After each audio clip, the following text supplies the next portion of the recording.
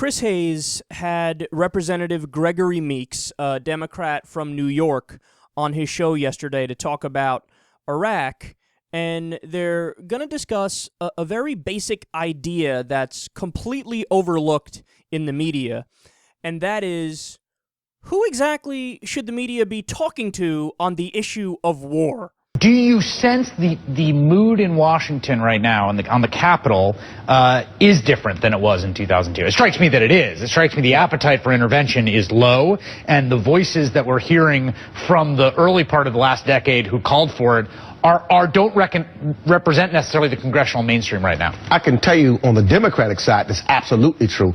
Even some members who voted for the war now say that was the one vote that they regret most in Congress. So they don't want to make that same mistake again.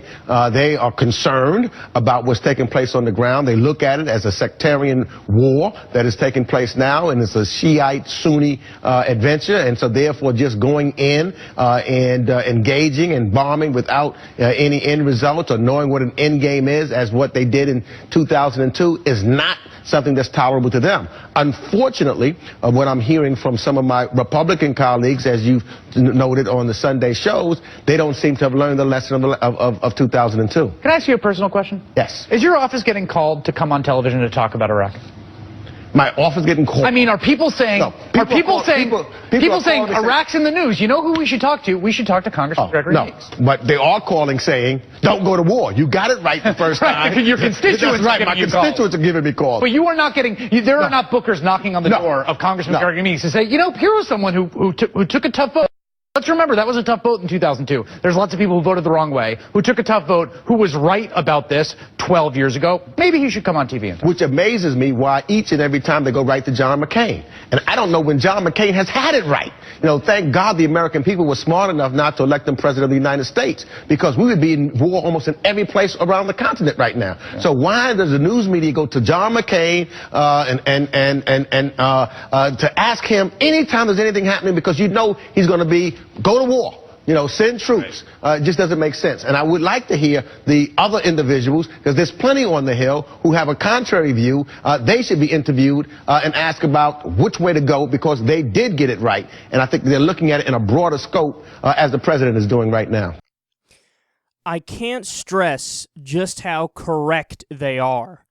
They're 100% correct. And this is the false equivalence that we always talk about. And this is how they lend fake credibility to people who have been proven wrong, especially on the issue of war.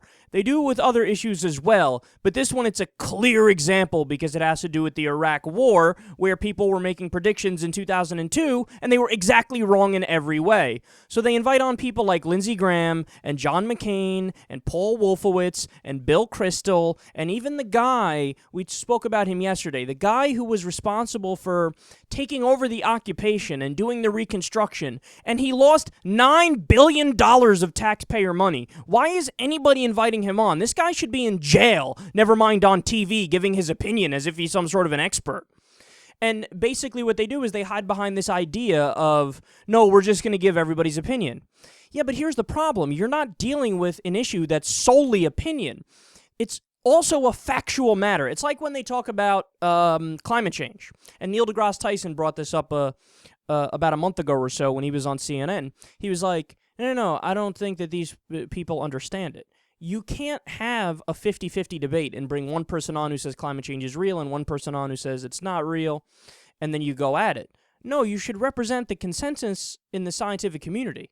So, it's over a 99% consensus if you go by the meta-analysis on all the peer-reviewed studies between the mid-1990s and today in terms of is global warming real. Over 99% of the studies say yes. So either you set it up with 99 people debating one person, or don't talk about it at all.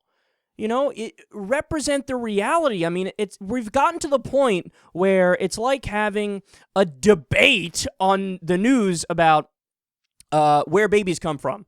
One side represents the stork theory, and the other side represents reproduction. Well, that's not an actual debate. You're giving the false perception that it's 50-50. And it's the same thing with what's going on with the Iraq war right now. How all the people who were wrong, remember, these are the people who predicted the oil would pay for the war. These are the people who predicted we would be in and out within 3 months. These are the people who predicted we would be greeted as liberators. Every single prediction was 100% incorrect. And now they're putting them out there as if we're supposed to trust their opinion like they're some kind of expert. No, they're not experts. They're horribly wrong in every single way. So here's a guy, Representative Gregory Meeks, who voted against the original Iraq war. In other words, he was right. He was correct in doing that. Okay, the region would be more stabilized if everybody voted like Representative Gregory Meeks voted. So he's out there, and Chris Hayes is saying, here's a question. Why are all the different media outlets asking on John McCain and Lindsey Graham to have a conversation about this, but none of them are asking you? And you're one of the few people who were actually right on the issue. God, it drives me up a fucking wall, man. I can't take it. Basically, what the media is doing right now, it's as if they're bringing on sumo wrestlers to give advice on slimming down with a proper diet. Why would you do that? They are morbidly obese. It's like inviting on Tiger Woods to talk about successful marriage advice and staying faithful. Why would you do that? He fucked half of the country. It's like inviting on Charles Manson to give you his philosophy of morality.